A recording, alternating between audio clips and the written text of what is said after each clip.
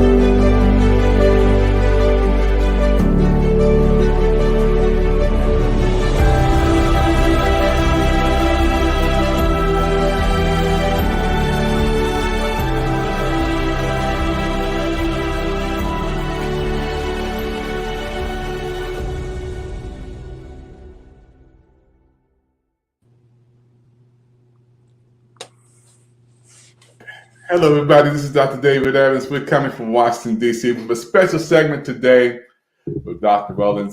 Dr. Rowland, thank you for coming back on PIC TV Network once again. Thank you for having me. I hope you're doing super fantastic too. Yes, sir. It's a beautiful day in Washington, D.C. And let's get right into this interview today. PIC TV Network Health Talk. Dr. Rowland, there's so many people today that are going through a crisis, including me, with high blood pressure, cholesterol. Thank God I don't have diabetes. But I wanted to talk about things that we can do to improve our health. And some of the things that we can do is eating healthy foods for a more healthy life. And can you talk about some of the things that we should be eating? Well, I think the reality is that we're in a very stressful time, endemic infection here in the United States, worldwide.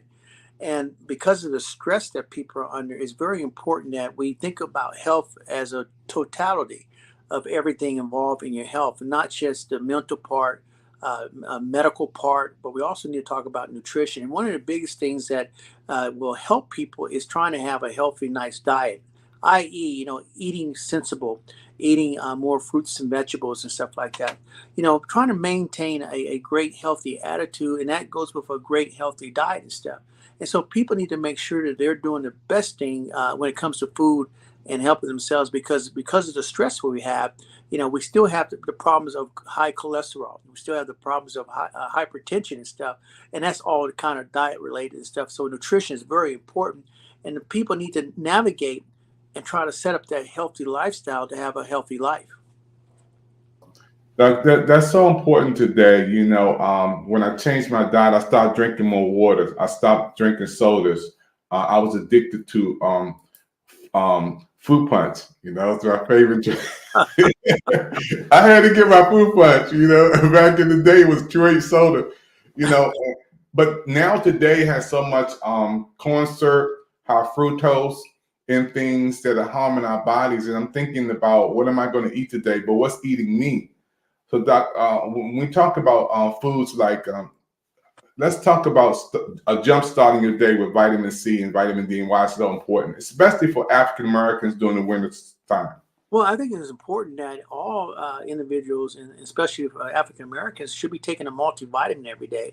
And that multivitamin has to have vitamin C and vitamin D. And I also recommend that for African Americans or people of color, that they should take an extra vitamin D or go down and get your what we call your vitamin D level. because one of the things that we have a hard time is, as a minority people of color, we have a hard time generating vitamin D because of wintertime. And so one of the things that we have and found out that a lot of people of skin color have low deficiency of vitamin D. And so one of the best things that you can do is go get start taking vitamin D as a supplement. That will help improve your immune system, strengthen your bones, give you a better outlook on life. So one of the most important vitamins that I recommend for individuals is taking a vitamin D every day. Wow, yes, sir. It's so important. I did take my vitamin D level, and it was low. I Okay. had to go to the doctor, and he improved it. Dr. Well, I want you to talk about a little bit about a lot of people are nervous, especially men. I don't want to get a colonoscopy. I don't want nobody checking on the back door. You know, I don't want nobody going. But why is it so important for us, especially as we get older, to get checked out? Well, I mean, it comes to, at the end of the day, what's going to give somebody a great life, and especially when it comes to African Americans, that we have to really invest into the system and let the system do what it needs to do. I.e., you need to have annual health screenings. Period. You got to have colonoscopies and make sure that you don't end up with colon cancer, because colon cancer can be very lethal. And it could be a lot of problems with that. So colonoscopies are very important. Even for females, getting a Papa Nicolau, the Pap smear every year to rule out uterine cancer and stuff. You know, your normal screenings, females need to get a mammogram once a year to make sure they don't have early stage breast cancer. So all these modalities, getting your basic screening health exams is important. I.e., know what your weight is. Getting your weight is very important.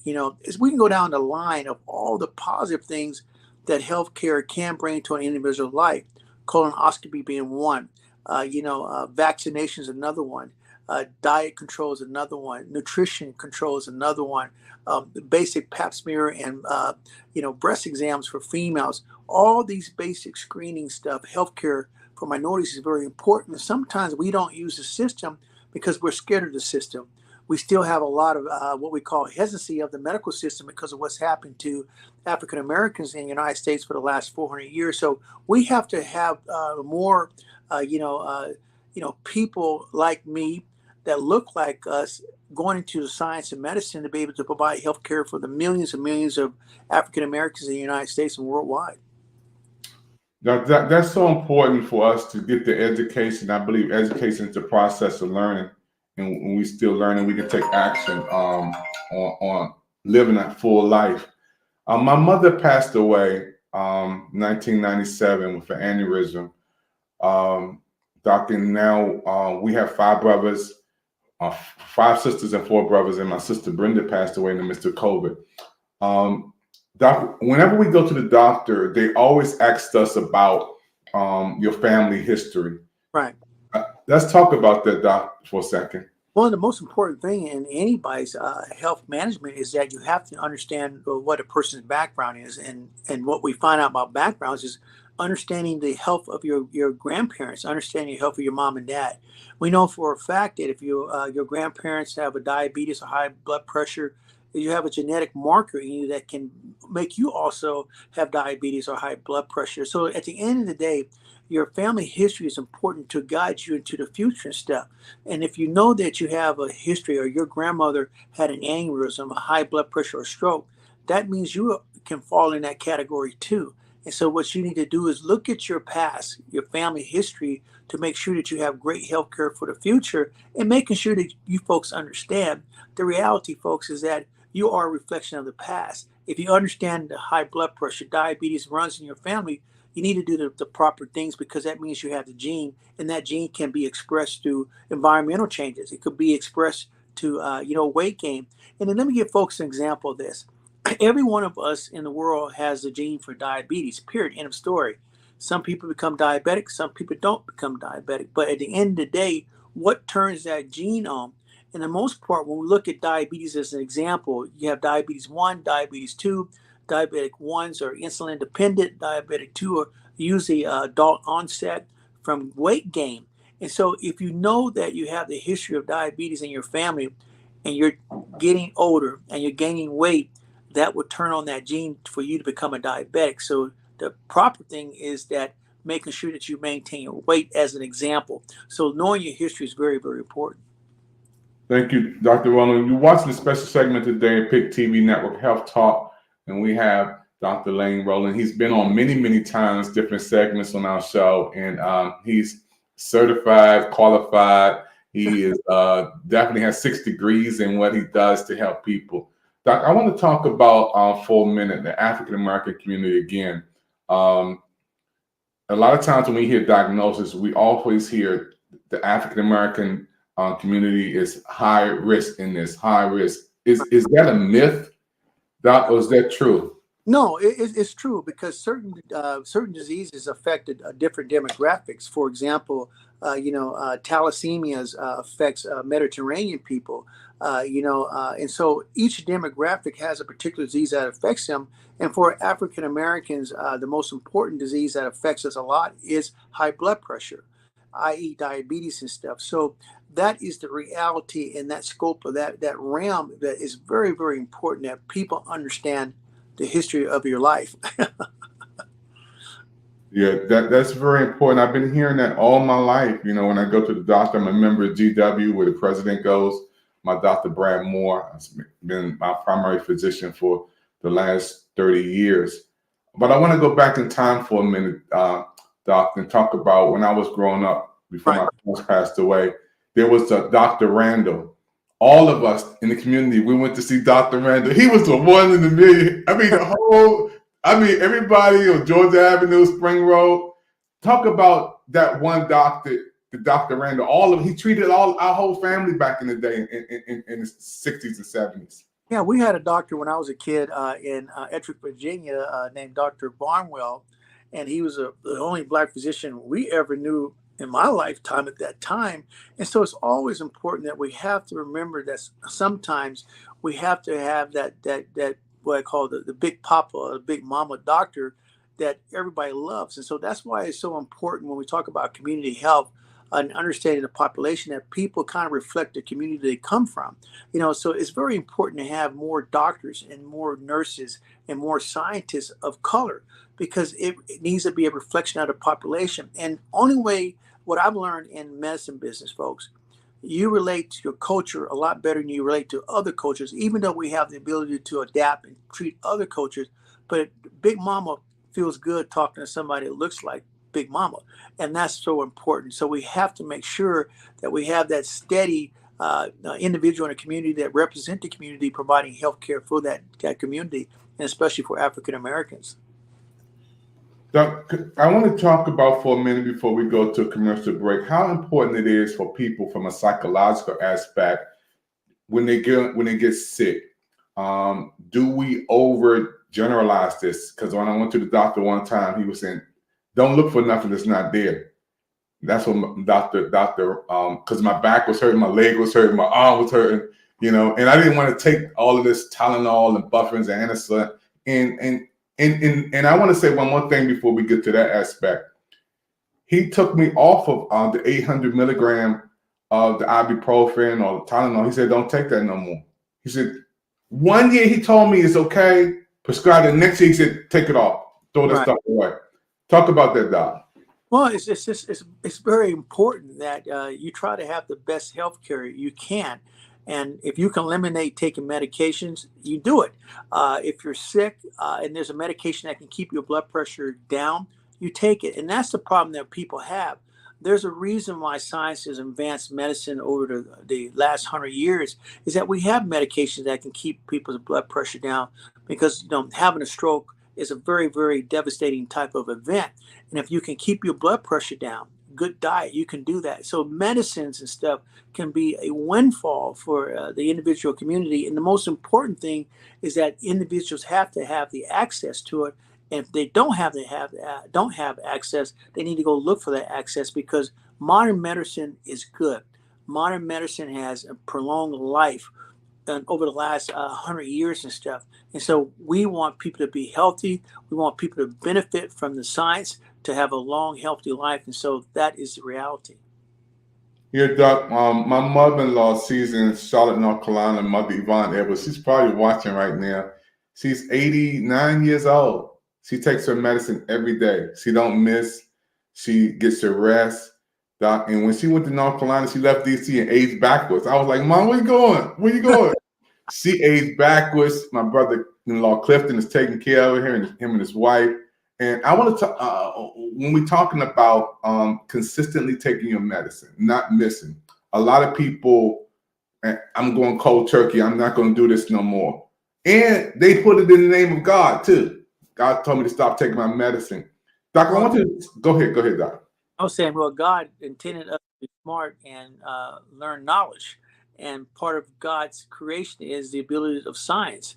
And so that is a misnomer where, God's going to fix that. God give you the ability to take medications that keep you from having high blood pressure, keep you from having diabetes or sugar out of control. So people have to kind of believe in the system, but they have to also be informed. They have to be educated. They have to know if they're taking this blood pressure medication, what is the upside to taking that medication? What is the downside of taking that medication? But at the end of the day, science is made for us. It's made life better for millions and millions of people worldwide. Yeah, and that's so true, Doc, because the doctor prescribed me with my cholesterol medicine, and I was consistently, my numbers dropped down. He said, I might even take you off of this stuff. You're doing so good. And I think we have to do our part too, Doc. When you prescribe something to us to better our health, we have to do our part. Oh, absolutely. And we, as a physician, I always tell you, you guys make my job harder, or you can make my job better. But at the end of the day, it's the patient's decision, and having informed consent about what the treatment is very important. And you folks need to be just as more versed in the information than I do, because if you understand the goals, the outcomes of taking a medication or having a surgery, something like that, it makes the whole system better. And on the mental aspects of it, it goes back to healthy lifestyle, healthy attitude, being positive, trying to look for the beauty in life and not looking for the negative. That's amazing. Folks, you're watching a special presentation, PIC TV Network Health Talk. We have Dr. Lane Rollins. He's on today. He did many segments on PIC TV Network. We're going to take a brief commercial break, and you can chat in. We see your chats coming in right now. We'll be right back after this. Don't touch that dial. You're watching the PIC TV Network.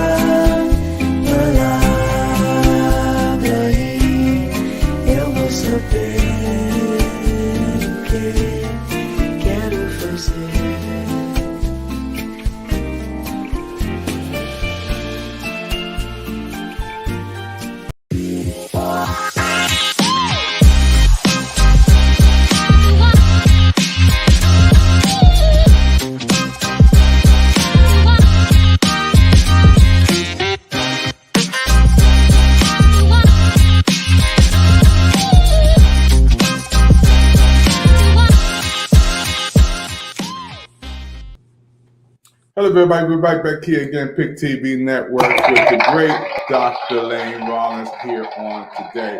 Talking about a variety of subjects on health today, health talk. Doc, when I stopped drinking sodas, I noticed that my whole body, I started drinking more water. I haven't drank sodas in 7 years.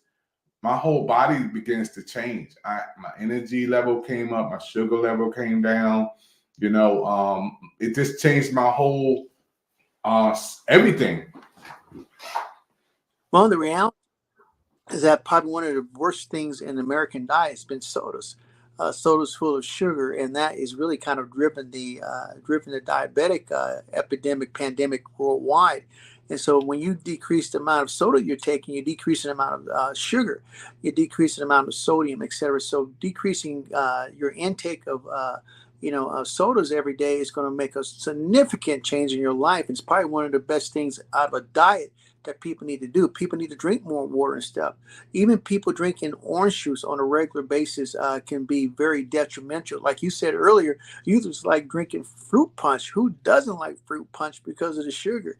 It's awesome, but it's also can be detrimental and stuff. So one of the things I can recommend for your audience is on this particular podcast is that decrease the amount of sodas you're taking. Even doing diet sodas is still not good for you.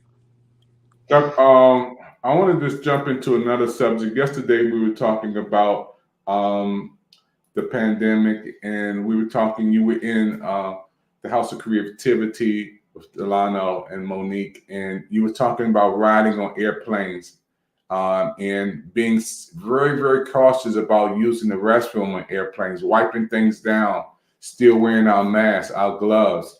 Why is this so important? Because our audience is watching and people are traveling. They're just using the bathroom. They're not even wiping off the toilets and stuff. And kids are running around. Can you talk about those terms? The reality is that when you look at an airplane or our society, when we think about exposure to diseases, you can imagine being on an airplane and somebody coughs. Well, if somebody coughs on an airplane, well, everybody can be infected on an airplane within probably 5 to 10 seconds. I mean, that is rapid. And we look at a type of environment like that, a airline environment on an airline is a pretty nasty environment. So people need to understand as you're working and living in this public arena, you have to protect yourself. You have to have situational awareness. You have to create that bubble, i.e., if you're on an airplane, you better wear a mask. If you're touching things like an ATM machine at a bank, you need to make sure you're sterilizing your hands and stuff. Or when you do touch something in a public space that you are, cleaning your hands. And this is the reality. This is a new world that we live in. And so people need to create that bubble. Even if you're in an office and stuff like that, you got 25 employees there, the reality is that you need to make sure you have some type of, what is the air filtration unit? Because if somebody coughs, the virus is in the air.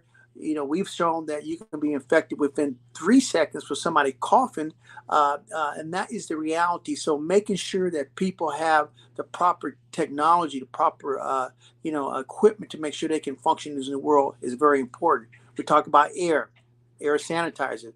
B, we talk about hand, solutions to sanitize your hands. We're talking about, the other thing is spraying down your seats on an airplane.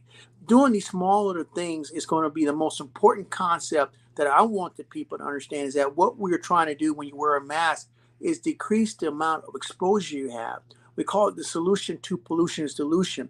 If I have a mask on, somebody coughs, I'm going to have a decrease of possibility of getting infected versus not having a mask. If I take my hands and I wash my hands, I decrease the amount of viruses, bacteria on my hand, which should decrease the amount of chances of me getting an infection. Doc, that was major. I want to just talk about again.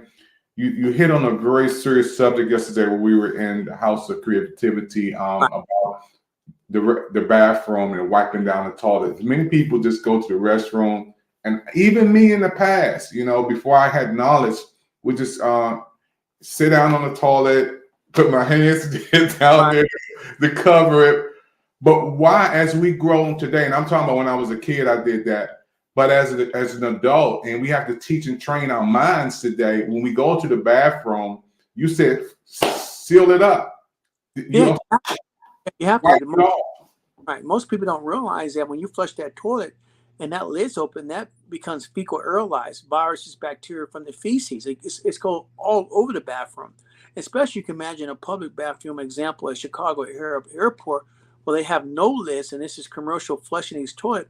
You have viruses and bacteria all over the place. So it's very important that people need to understand that your bathroom is a very significant area of infection. So you need to make sure that you're controlling that. You need to make sure that you're cleaning that bathroom. And that is our new reality. Now we know for a fact monkeypox viruses are found on toilet seats. So you can imagine the concentration of viruses that are on a toilet seat, where people sitting in going to Denny's and going to the bathroom and sitting on a toilet seat. You can get monkeypox, you can get coronavirus, you can get polio. And so this is the reality why bathrooms and understanding public spaces, especially bathroom, and having situational awareness and controlling the content in that bathroom using all different technologies that you can muster, from air sanitizer to sterilizing that bathroom, is so important as we move into the future. Yeah, Doc, that's so important for everybody to realize today, especially our kids. Teaching them and training them now. Wipe that toilet off, set that lid up. This is really big because we just go through our day, Doc, running in and running out. We're moving so fast. Many restaurants, I go to the bathroom first, and if the bathroom's not clean, I walk out. You need to. Yeah, I don't even eat there. If the bathroom is not kept up, I don't go. I walk right out. And speaking on that subject for a minute, Doc, let's talk about foods, open air foods. And I'm not going to name certain restaurants because of public reasons. But we know certain foods are staying out open air all day long. They cook them in the morning, the air is there, people walking around. We're going into the cold season, the flu season. The winter is coming, Doc. Can you educate our audience about if you sense something is not right with that food? I don't care how much you pay for it. If it don't smell right, throw it away. I had some chicken last night. I threw it away, Doc. I didn't want to put it in my body. Well, as the reality is that you shouldn't have food sitting out in the first place. But in American society, we can talk about different buffet places, from the Ponderosa to different places that have buffets, even at casinos here in Las Vegas or worldwide. When you have food sitting out there all day, you have to make sure that you have a very hearty infectious disease control program, i.e., are there flies flying around? What is the time that the food can sit out there? Because we know over time, for example, rice will become contaminated with a bacterial, and it can cause you major sickness and stuff. So we have a lot of gastrointestinal diseases and viral infection from people eating rice that's old. That's been there. So you got to make sure where you're eating at, folks. The buffets, and I recommend not eating at buffets because that is a source of infection. So you can imagine an old guy who stretches himself and he wants to get some of the bacon, and he reaches and takes the tong and gets his bacon and put them on a plate. And here you come along and you grab that same prong and your hand's contaminated. Or he puts the bacon back in there after he tastes it. So you have to make sure that you understand the environment that you're eating in, because that can be very detrimental to your health. Doug, and I don't mean to get too deep into the gross aspect, but I did go to a restaurant to get something to eat, or a bakery, and I saw a fly in there, innocent little fly flying on it, and I just say, man, you know what? I'm not going to eat there. But what about the person who did? Talk about that fly and what that could occur and what that could happen. One of the realities is that when we talk about transmission of diseases, flies are notorious for committing diseases and transmitting diseases for millenniums. And a fly lands and lives in feces. They go in there, they eat the feces, they land on your food, and they regurgitate. They vomit on your potato salad. They vomit on the table. They vomit wherever they touch. And that is a source of viruses and bacteria. So any place that has any flies, my recommendation is to get up and walk out. And that is why it's so important for businesses to make sure they have a very excellent infectious disease control program, i.e., they have things that can kill flies, making sure that there's no rats in the restaurant. They need to make sure that when it comes to that type of environment, especially when people are eating foods, etc., making sure they have proper sanitation control. You're the best, man. Folks, we have the best on Pick TV Network. There was a restaurant I love to eat at all the time, Doc. Hawks on the Hill up the street from my house. Good food at that time, but the inspector came in and shut him down. He shut him down because he found that there was some mice or rats in there eating stuff. Doc, talk about, again, this is very important for our audience to know. looking at your food before you're eating. And I believe I've grown to the place that I just don't eat food. I realize what's eating me. Because once I consume something, food is like a relationship. It's like we having a love relationship. Yeah, I'm not making love, Doc. I'm just having a relationship with this, this food every day. I'm hanging with you, we eating, we hanging, we consuming. But how important for us to do some research. We can go online. We can look at the health report at this location. Because it's very important, Doc, for all of us who are watching this and listening to you to understand when we eat at these restaurants and places, we can do some research before we even go. Oh, absolutely. And like one of my biggest things I tell people, like you said earlier, is when you go to a restaurant, go see what the bathroom looks like. If they have soap, water, and because if there's no soap or water in there or paper towels, it tells you that how the staff is cleaning themselves, and that means that can be a transmission of infection to you. So at the end of the day, like you said, Doc, it's just common sense type of stuff, and that's the reality. And that's so true. I love talking to you because I can be real. I can be candid. I was at a restaurant downtown Washington. Me and my wife was together, and I went in there and ordered some food. And one of the chefs came in. It's the men's bathroom. We were good, but I noticed after he used the stall, he walked right out. He didn't wash his hands, Doc. Yeah, that's very common, and that's why it's so important that you make sure that these restaurants that you're eating at, that you understand what the personnel are doing, how they wash their hands, how they're sterilizing their menus, how they're wiping their tables, are they wearing gloves when they're cooking your food. You need to make sure that when you go in these restaurants, you need to check yourself very carefully because you can be infected in these places like that. It's so important to make sure that you guys understand that you really do control your environment. If you go to a restaurant and it doesn't look good, you need to walk out. If you're going to go to a restaurant, find out what their ventilation system is. How do they clean their menus? All these little small things add up to a big thing that will save your life. Doc, before we close out, we got another segment for you to come back on. I noticed the last time I got sick was about 3 years ago. I was pumping gas, and somebody was pumping gas, and I noticed as soon as I finished squeezing, this was before COVID, as soon as I pumped that gas, I noticed in my car, I start coughing or something. Right. Was there something on that Was there something on that pump, Doc, that transferred to me? Could be. That could be, that's a reality. Something could have transferred to you and stuff like that. I mean, anything you touch in the environment is fair game. That's why you always make sure if you're touching a gas pump handle, you have something to protect your hands. It might be wearing gloves. If you're touching an ATM machine, making sure you have something to touch that ATM machine with and not your fingers. But if you do use your fingers, you should automatically sterilize your hands. Yeah, Doc, because, I don't know, that person could have sneezed, achoo, and then he pumping gas, and then that transfers right over to me or anybody else. So everybody listen to what the doctor's saying today. Please continue to do safety cautions. We're going into the winter season, we're going into the holiday season, but we want to be safe. Doc, a lot of times when I go to the restaurant, I don't even use their utensils. I go get a plastic fork. I get something and open it myself. People laugh at me. They say, "Why are you doing that, man?" No, I'm trying to protect myself. Yeah, and that's smart. And I think anybody should be proactive and stuff. And that goes, once again, understanding what type of restaurant it is.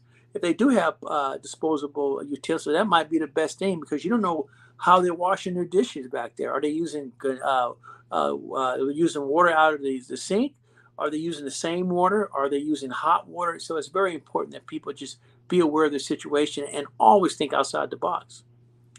Doc, I gotta go, but I notice the dog always smell his food before he eat it, Doc.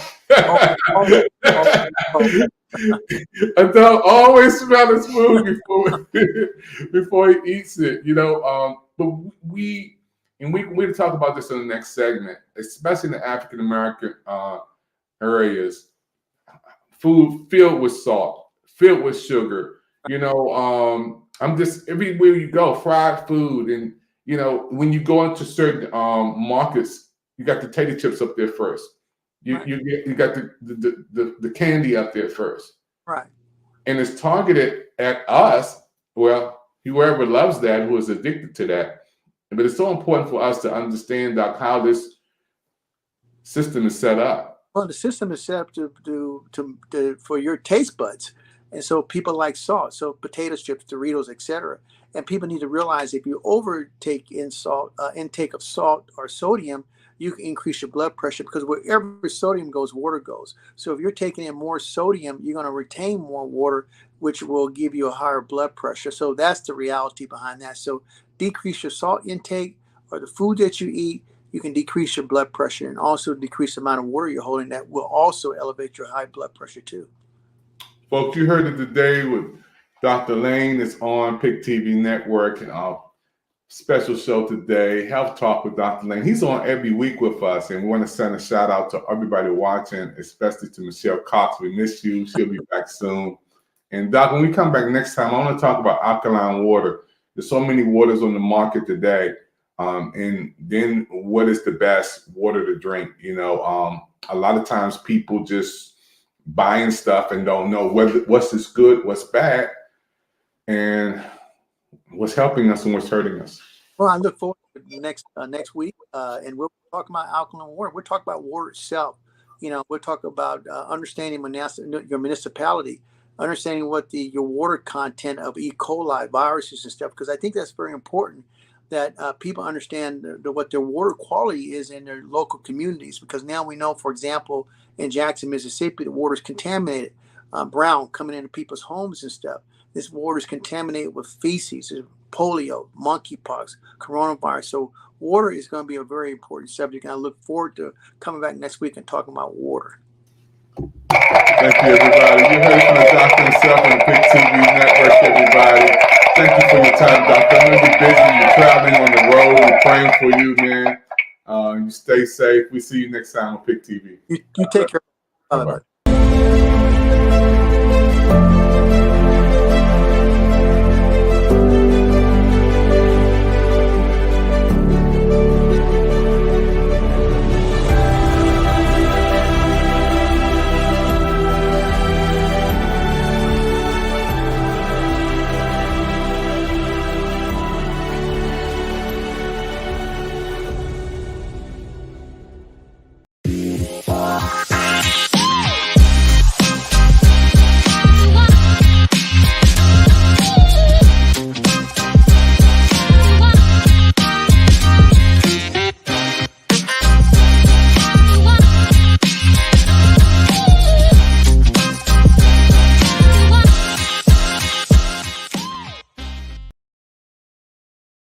Yeah, hey everybody, this is Marty Mangello at the United States Presidential Service Center, coming to you from having served 6 presidents now, and Dr. David Evans is doing a fantastic job with the PIC TV network. Be sure to check out all the offerings on PIC TV. Go crazy, you know, hit up about 10, 20, 30, 40 channels. The more support, the more watching, the more it grows, the better it does. And it is doing good, isn't it? It's a great thing that we all need more of in this world.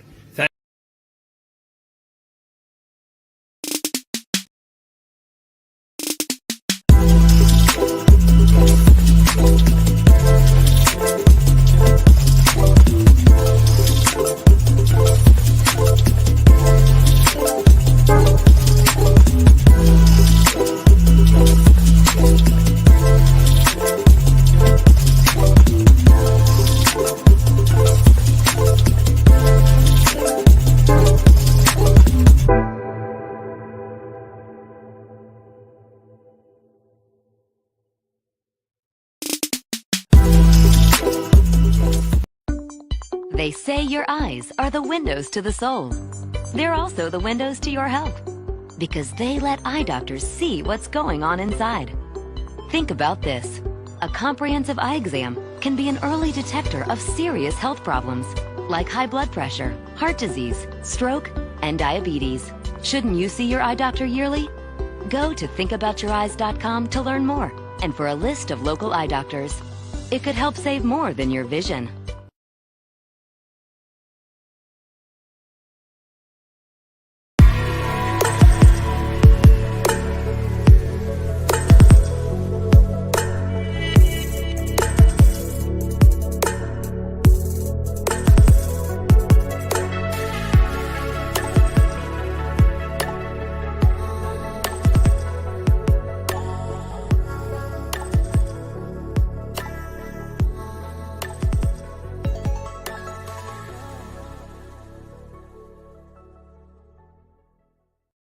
Every time a patient is diagnosed with colon cancer, the first question is, am I going to survive this?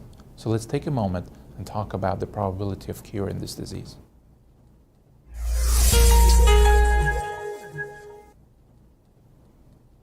Using multimodality treatment, meaning combination of surgery with and without radiation and chemotherapy, we have significantly improved the outcomes and survival of patients with colon cancer through all the stages from 1 to 4.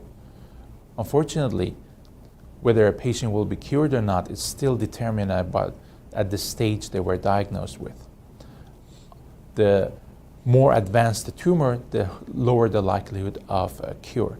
A stage 1 tumor that has not even penetrated through the wall of the colon can expect it to be cured in 93% or more percent of the time. Once the tumor starts to grow through the wall, things become more complicated because it's not only the size of the tumor at that point, but also how aggressive it is, what the different biology is. And there's a lot of research in trying to determine today the risk groups and the genetic factors that determine how aggressive a tumor is. But for now, we have to go by what we have, and this is the size of the tumor and whether lymph nodes are involved or other organs are involved. So a stage 2 tumor, which would mean a tumor through the wall but not in the lymph nodes yet, can expect to be cured in anywhere between 75 to 85% of the time.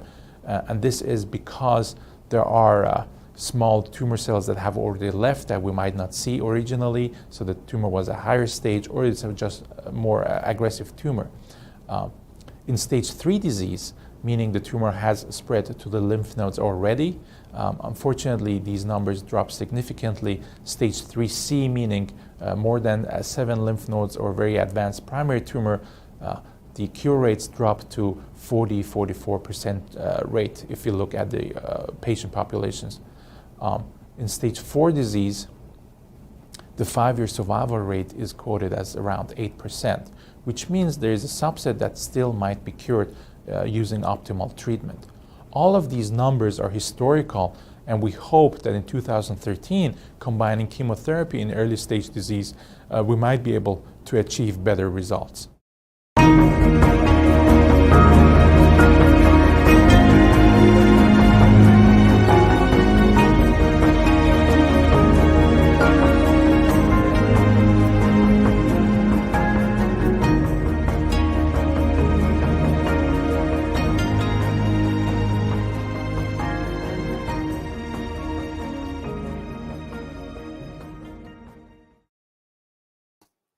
Hello, everybody. You made it to the end of another show on the PIC TV network, and I want to thank you for your time. My name is David Evans, your president of PIC TV network. We're excited about everything that's transpiring on PIC TV network, and what we want you to do is to support the network by going to this QR code right above you. This QR code right there allows you to support the network and to support our shows and programs on the PIC TV network. We need everybody, especially during this season of giving and sharing and helping folk. We have something called PIC TV Network Project Smiles, where we give back and help people. And we're excited about adopting a beautiful family in Beaumont, Texas. She's going to be coming on real soon, and we're giving her some help with her kids. She's 22 years old with 2 twins, and we're just excited about adopting her with PIC TV Network over the holidays. And others who are watching right now, you know someone may need some toys for the kids. We're going to be giving away toys, helping people with a little cash app or a gift card, and just trying to put a smile on people's faces on the PIC TV network. So go to the QR code right above me. Scan it right now. Let's help somebody during the holiday season with PIC TV Network Project Smiles. Again, thank you for your time. And everybody right now, be safe, be blessed, and thank you for watching our programs on the PIC TV network. Your support means so much to us because we only here because of good people like you. Hi, how are you? This is Patty with the PIC TV network. And I want to ask you a question. Do you believe in miracles? I do. And guess what? So does Project Smiles. We have created so many miracles last year and continue to create miracles as the season comes around with the holidays. We are asking you to please give a gift from the heart, only from the heart, and pay it forward with a miracle. I do want to share a testimony of my miracle. I received a car. I received a car. It was a gift. It was a great gift. It was so well received. And my friend, it wasn't a family member, it was a friend who was so generous that gave it to me. She represents gratitude. She's a person of gratitude, and she reminds me to be grateful. She sees the good in paying it forward, and she also is always giving straight from her heart. So again, I just want to share that miracles happen every day, and you could be a part of that. You could not only be a receiver of a miracle like me, but also be a giver of a miracle as well as me. Here at the PIC TV Network, we're all about love and compassion and helping each other rise up. So again, Project Smiles for the PIC TV Network. Have an amazing day.